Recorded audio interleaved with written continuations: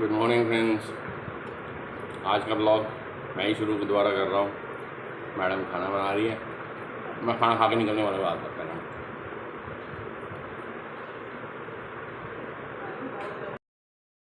तो hello guys, कैसे हो। आज मैं मॉर्निंग का ब्लॉग बनाने में थोड़ी सी लेट हो गई। सुबह के 7:30 बज गए हैं और मैंने कहा चल मैं ब्लॉग स्टार्ट कर देती हूँ। मुझसे पहले तो वैसे सचिन ने स्टार्ट कर दिया था, तो मैंने कहा चलो कर देती हूँ। तो आज का हमारा प्लान है कि रोज़ की तरह आज भी बाहर धूप बहुत ज़्यादा है, बहुत गर्मी हो गई है लुधियाना में। तो आज तो मैं वो देख रही थी वेदर फोकास्ट में देख रही थी कि आज तो 42-40 के करीब आज टेम्परेचर जाने वाला है। बहुत गर्मी है, बहुत। सुबह इतनी गर्मी है तो अभी तो पूरा दिन बचा हुआ है। तो बस सब सोए हुए हैं, तो बस सचिन को एक्चुअली ऑफिस जाना है, वो तो उठ गया। रिधान सोया हुआ है। तो रिधान मोस्टली यूजली वो अभी ये हॉलीडेज़ में वो थोड़ा सा लेट ही उठता है, कभी कभार हो जाता है कि जल्दी उठ जाता है। तो मैं उनके लिए आज खाना प्रिपेयर करूँगी। आज सोच रही हूँ मूली वाला पराठा बना दूँ, क्योंकि सब्ज़ी तो कोई बनाने का मन नहीं है। तो मैंने कहा चल आज मूली वाला पराठा बना देते हैं। मूली वाला पराठा भी चाय बहुत टेस्टी लगती है, तो मूली वाला पराठा बना देती हूँ। तो बस आज मूली वाला पराठा बना दूँगी। और फिर उसके बाद रिधान जब उठता है, रिधान को थोड़ी स्टडी करवानी है, पढ़ाना है उसको, क्योंकि रिधान का 15 डेज़ का गैप हो गया है, तो उससे रिधान बहुत पीछे हो गया है। तो मैं उसको आज थोड़ा सा हिंदी भी करना, क्या है वैसे तो उसको मोस्टली प्रोजेक्ट मिले हुए हैं करने को, बनाने को, लेकिन मैं सोच रही हूँ उसका इंग्लिश भी और हिंदी भी और थोड़ा साइंस और सोशल स्टडी वो नेट से ही पढ़ लेता है, तो ये करवा देती हूँ। बाकी प्रोजेक्ट भी बनाने हैं। हाँ, प्रोजेक्ट बनाने से बच्चे को नॉलेज मिलती है। तो बस ये है कि मोबाइल तो छोड़े, लाइव स्ट्रीम, मोबाइल, यूट्यूब, अब तो टिकटॉक नहीं है, पहले टिकटॉक ये वो, तो पूरा दिन बस मोबाइल में ही रहता है। मोबाइल पीछे करो तो फिर उसका टीवी स्टार्ट हो जाता है। तो मतलब आप हॉलीडेज़ में बच्चों को रोक भी नहीं सकते हो, क्योंकि जब आप उसको रोकते हो तो वो कहता है कि मम्मा मेरे को तो समर वेकेशंस पड़ी हैं, ये तो एंजॉय करने के लिए पड़ी हैं। तो बस ये छोटे बच्चों की बातें सुन के थोड़ा सा मन में भी हो जाता है और अपने बचपन के दिन याद आ जाते हैं कि हाँ, जब हम छोटे थे तो हमें भी ऐसा होता था कि कोई पढ़ने के लिए नहीं बोले तो बस खेलें अपने। हमारे घर के पास जब हम छोटे थे तो हमारे घर के पास एक पार्क हुआ करता था, तो हम सारे कज़न्स एक साथ रहते थे। तो हम अपने बस कोई बैट बॉल, कोई स्केट्स, कोई साइकिलिंग, मतलब जिसका जैसा इंटरेस्ट है तो वैसे हम एंजॉय करने के लिए चले जाते थे। इवन कि कभी कभी ऐसा होता था, हमें छुट्टी जब होती थी स्कूल से, जब डिस्पर्सल होता था, तो हम अपना ये खाने की भी भूख नहीं रहती थी। जैसे आज रिधान को है, रिधान को आज खाने में कोई इंटरेस्ट नहीं है, बस उसको क्या है, उसको खेलना है, खेलना है, खेलना है। तो हम भी उसको मना नहीं करते हैं, बिकॉज कि जो बचपन है वो वापस नहीं आता है और बचपन के दिन बड़े गोल्डन डेज़ होते हैं, तो इसलिए हम उसको मना नहीं करते। तो हम भी क्या करते थे, बैग छोड़ते थे और जल्दी से भाग जाते थे अपना पार्क में खेलने के लिए।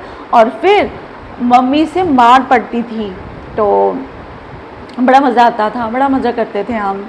तो कभी कभार हमारे पास साइकिल नहीं हुआ करती थी, तो हम लोगों की साइकिल यूज़ कर लेते थे। मतलब हमारा ऐसा हिसाब था कि हमारे पास अगर कोई चीज़ नहीं है तो हमें बस इतना पता है हमें इंजॉय करना है, कैसे भी करके करना है।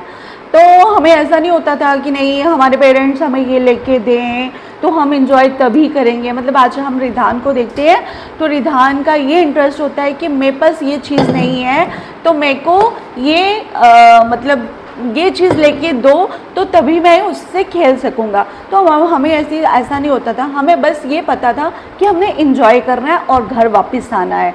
तो कभी कभार तो ऐसा होता था कि हम स्कूल्स में पढ़ते थे तो हमारे पास पेंसिल भी नहीं हुआ करती थी। हम अपने फ्रेंड्स की पेंसिल, छोटी सी पेंसिल में पीछे उसको पेन का ढक्कन लगाकर, कैप लगाकर उसको बड़ा कर देते थे और पेंसिल यूज़ कर लेते थे और इरेज़र का काम हमारा रबर कर देता था। मतलब जो आपने देखा होगा मिठाई के डिब्बों में जो रबर लगे होते हैं तो हम उनका भी रीयूज़ करते थे। तो आज के बच्चों को प्रॉपर डोरेमोन, प्रॉपर ऐसा इरेज़र चाहिए जिनके पीछे ब्रश होता है, प्रॉपर उनको वैसा मैं क्या बताऊँ, अब रिधान के पास तो इतना कुछ है कि हमने कभी भी नहीं देखा होता। मतलब पेन इरेज करने वाला इरेज़र, वो भी मैं आपको शो कर देती हूँ। तो रिधान ने तो पता नहीं कितने, एक बार रिधान अभी जम्मू गया हुआ था तो रिधान वहाँ पे घुमा के आया था, तो फिर इसने फिर से ये आप ये देख सकते हैं। तो इसको बड़े ईज़िली से, अगर ये मतलब रिमूवर का काम करता है, आप उसको यूँ दबाकर यहाँ से प्रेस कर कर उसको ये लाइक दिस इस तरह से कर दो तो उसके ऊपर सारा मतलब वाइटिश हो जाता है। इसको वाइटनर भी कहते हैं आई थिंक सो, तो मुझे पता नहीं है क्या है। तो मतलब रिधान के पास इतना कुछ है, तो हमारे पास ऐसा कुछ भी नहीं होता था, बट हमने फिर भी लाइफ को एंजॉय किया। तो आज के बच्चे ऐसे हो गए हैं कि है तो one child, single child, but उनको हर चीज़ चाहिए। तो क्या करना है, समय के साथ चलना पड़ता है। और हम पेरेंट्स खुद इतने ज़्यादा अपने बच्चों के लिए कॉन्शियस होते हैं कि हमारा भी मन करता है यार, अच्छा उसके बच्चे ने ये लिया है तो हमें भी तो अपने बच्चों को लेके देना चाहिए। तो हम खुद ही अपने बच्चों को बिगाड़ रहे हैं।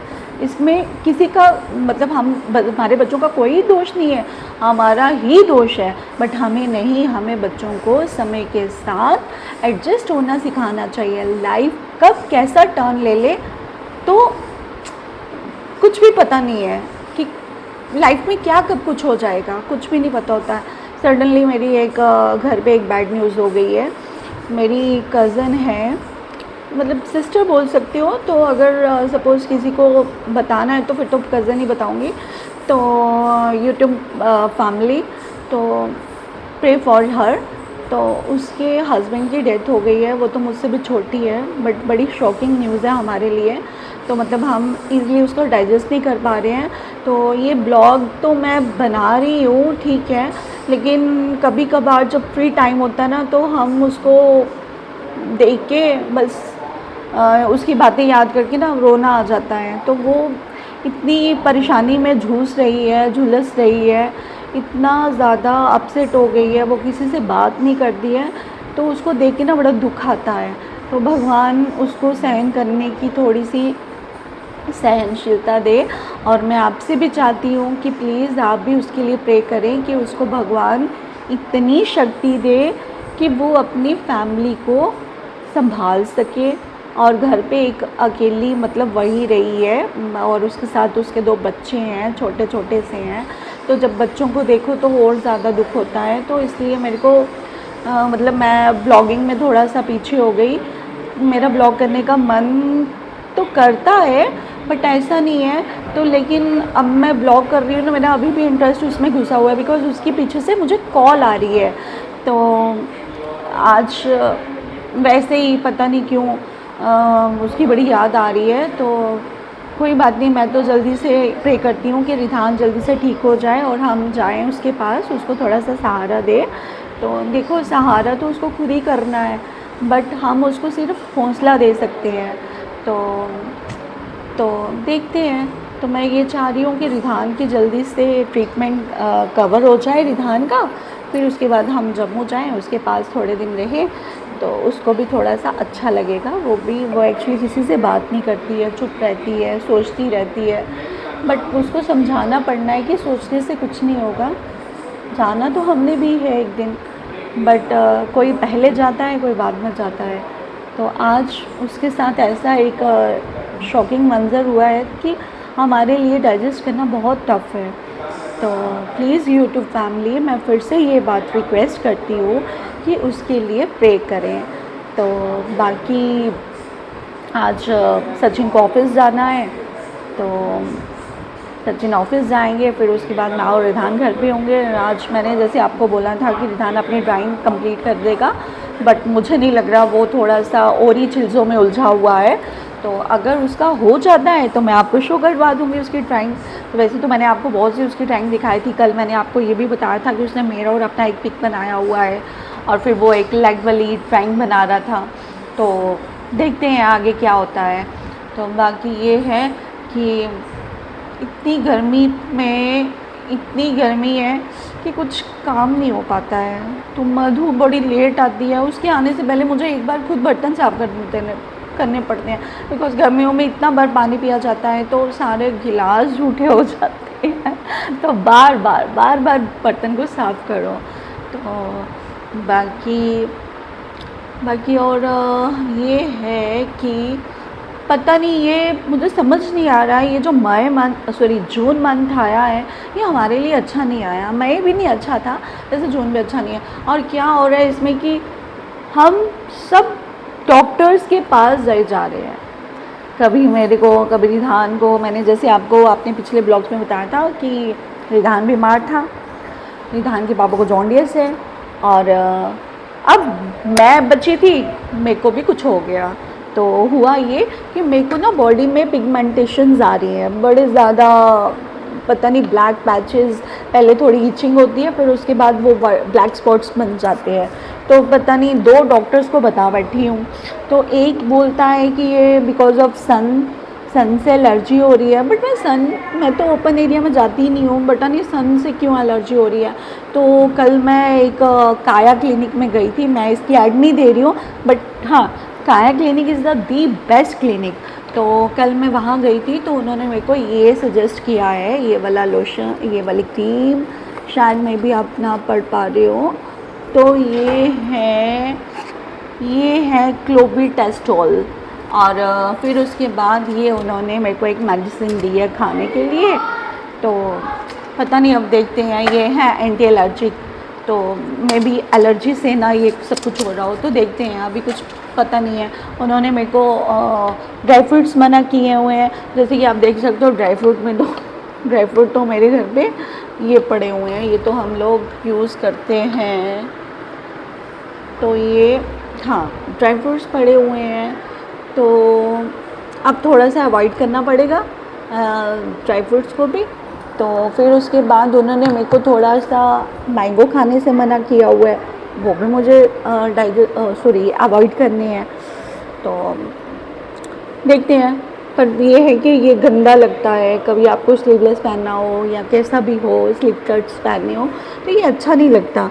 तो ये सब चीज़ें पता नहीं। अब तो वैसे तो मैं 1 महीने से, मेरे को एक्चुअली क्या होता था, पहले रिधान को लेने के लिए मुझे धूप में जाना पड़ता था, बिकॉज़ रिधान की स्कूल बस मेरे गेट के पास नहीं आती थी, वो काफ़ी दूर रुकती थी, तो मुझे उसके लिए जाना पड़ता था। बट अब 1 मंथ हो गया रिधान को हॉलीडेज़ पड़े हुए भी, तो मुझे ये समझ नहीं आ रहा है ये क्यों हो रहा है। हाँ, अब इतना तो हम अवॉइड नहीं कर सकते ना धूप में जाना, धूप में तो जाना ही है। कभी कुछ कपड़े सुखाने जाना है, कभी कुछ भी करना है, तो हमें धूप में जाना है, तो अवॉइड तो नहीं हो सकता है। बट उसके बाद कुछ ये जो लोशन वगैरह, हाँ, एक उन्होंने मेरे को सोप भी रिकमेंड किया है, तो वो सोप तो बहुत अच्छा है। वो सोप मुझे लगा के तो जॉनसन बेबी का फील आ रहा था, कि जैसे जॉनसन्स के सोप्स होते हैं ना, सेम लाइक जॉनसन था वो।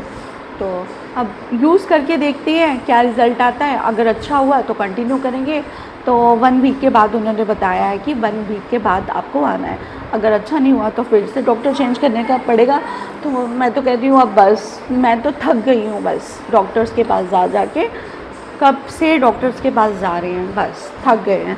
तो बाकी और अब गर्मी बढ़ रही है, थोड़ा सा पानी की तरफ ध्यान देना चाहिए। तो कल क्या हुआ कि हमने एक वाटरमेलन ख़रीद के लाया, बट वो बाहर से देखने में बिल्कुल अच्छा था, बट जब उसको हमने काटा, जब मैं मॉर्निंग में रिधान को देने लगी, तो रिधान का मन था वो खाने का, वाटरमेलन खाने का। वो मोस्टली ज़्यादा उसको फ्रूट्स अच्छे लगते हैं। तो मैं जब उसको काट के दिया तो उसको अच्छा नहीं लगा, तो कहता मम्मा खा के मुझको वॉमिटिंग सा फील हो रहा है। तो पता नहीं, समझ नहीं आ रही है कैसे वाटरमेलन आ रहे हैं। देखो मैंने बिल्कुल पूरा ही वाटरमेलन वेस्ट हो गया है, तो पड़ा हुआ है। आज अब खाने वाली साइड चलते हैं, थोड़ा सा देखते हैं, फिर उसके बाद कल मिलेंगे एक अच्छी शुरुआत, एक अच्छे दिन के साथ, और एक अच्छी शुरुआत के साथ, और एक अच्छे माहौल के साथ। तो तब तक YouTube family, bye bye, take care, शबा खैर, ओके बाय। तो bye bye YouTube family, please support me as usual, like, support and comments also, and share also, and watch also. Bye bye.